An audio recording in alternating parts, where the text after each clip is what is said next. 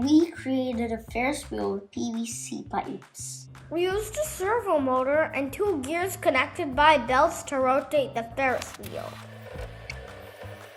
Woo! Lights off! Woo! In Dash's route, he must make 90-degree turns. Dash can rotate 90 degrees with turnable wheels. We made Dash's travel Lego pod big enough to carry the samples and made sure it was not too heavy by using a cardboard top. We programmed the train to move the bell and to say Dash's name when it's safe for him to cross.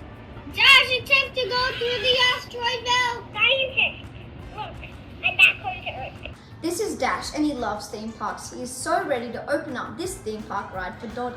We solved the mission by planning, collaborating and lots of trial and error. We walked out the code to assist our thinking. The hardest part was getting the boat to work for the ride. It took engineering skills and coding skills to get it finished. We hope you love it!